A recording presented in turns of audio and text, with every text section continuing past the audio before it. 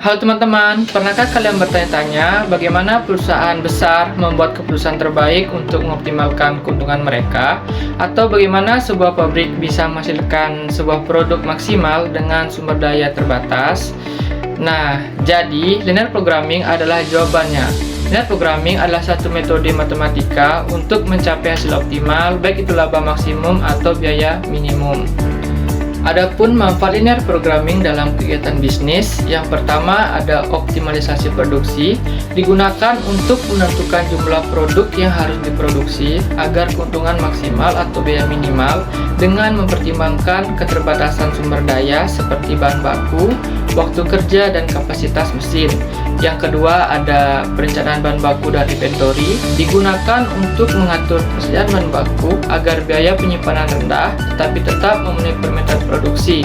Dan yang ketiga ada penjadwalan produksi dan tenaga kerja, membantu menyusun jadwal produksi atau shift kerja karyawan agar penggunaan tenaga dan waktu yang efisien. Yang keempat ada perencanaan transportasi dan distribusi, dapat digunakan untuk menentukan retur dan jumlah pengiriman barang dari pabrik ke gudang atau pelanggan dengan biaya minimum. Yang kelima ada perencanaan keuangan dan investasi, digunakan untuk mengalokasikan dana ke berbagai proyek atau investasi agar pengembalian atau retur maksimal dengan risiko minimal. Yang keenam ada pemasaran dan promosi, dapat membantu dalam menentukan alokasi anggaran promosi untuk berbagai media seperti TV, media sosial, radio, dan cetak agar hasil promosi yang paling efektif. Selain itu, ada pun manfaat linear programming dalam kegiatan non-bisnis. Yang pertama ada perencanaan dan alokasi sumber daya pemerintah, membantu pemerintah dalam membagi anggaran ke berbagai program pembangunan agar manfaatnya maksimal.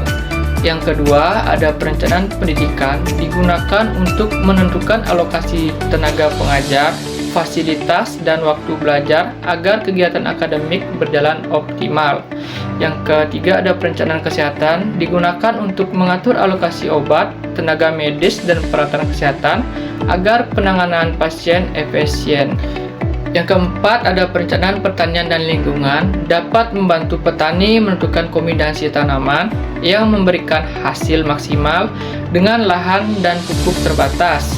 Yang kelima ada perencanaan organisasi dan nilaba, digunakan untuk mengalokasikan dana bantuan sosial agar dampak positifnya paling besar bagi masyarakat. Yang terakhir ada asumsi dasar linear programming, yang pertama proporsionalitas. Setiap perubahan pada variabel keputusan menghasilkan perubahan proporsional pada fungsi tujuan dan kendala. Yang kedua dapat dibagi.